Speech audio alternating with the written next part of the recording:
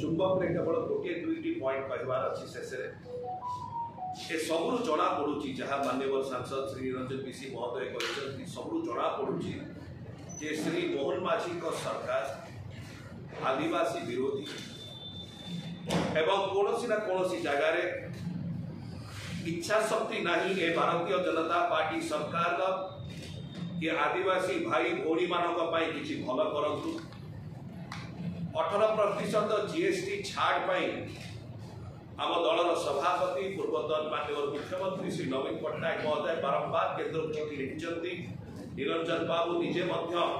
संसद में विषय उठे हो मुंडारी भूमि कुई सौरावासा को अष्टम अनुच्छेद सामिल करा जाओ 135 कम्युनिटी को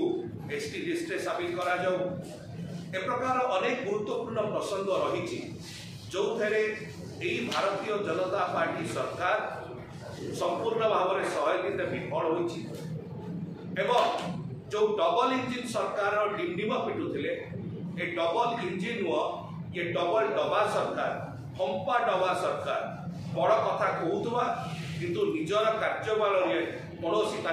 साहस नहीं एवं विशेषकर आदिवासी भाई भौणी मानक मनरे कौन इच्छा शक्ति नहीं यह हूँ स्पष्ट जना पड़ुची 100 दिन रे यही भारतीय जनता पार्टी सरकार एक आदिवासी विरोधी सरकार बोली कहले अत्युक्ति हम ना आम आशा करुचु विजु जनता दलर आज ये प्रेस वार्ता जो जो प्रसंग एवं डिमांड गुड़िक उत्थापन करा माननीय सांसद श्री निरंजन विशी महोदय माध्यम एवं माननीय आमर स्पोक्स पर्सन एवं मीडिया कोऑर्डिनेटर डॉक्टर प्रियव्रत माझी मध्य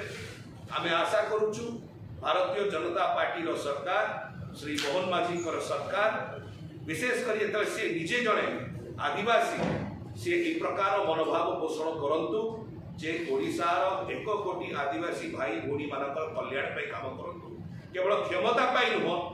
किंतु केमतिका पूर्णांग विकास हो पार एसटीसी गुड़ाक जो बंद कर दि जाए आउ थे कार्यकारी करा जमती माननीय सांसद निरंजन विशी कहले अध अंतरिया भाव में जिनस गुड़ी बंद कर दि जाए स्कॉलरशिप गुड़ी बंद कर दि जाए आउ थे तुरंत चालू करा ये सब प्रसंग रही सबू डिमांड रही जदि आसंता दिन मानकरे भारतीय जनता पार्टी सरकार आदिवासी भाई भौणी मान कल्याण विषय जो सब विषय गुड़िक अच्छी आगे नौ ना स्पष्ट भाव में बारी हम विशेषकर आदिवासी भाई भौणी मान मध्य ये सरकार आदिवासी मान विषय चिंता करूना आगू चिंता करेंगे ना यार उचित जवाब आगामी दिन मानकरे आदिवासी भाई भौणी मैंने आम ओडिशार से देवे भारतीय जनता पार्टी सरकार जदि किसी प्रश्न थी निरंजन बाबू आपण विगत में जिते आदिवासी मान स्वर उठे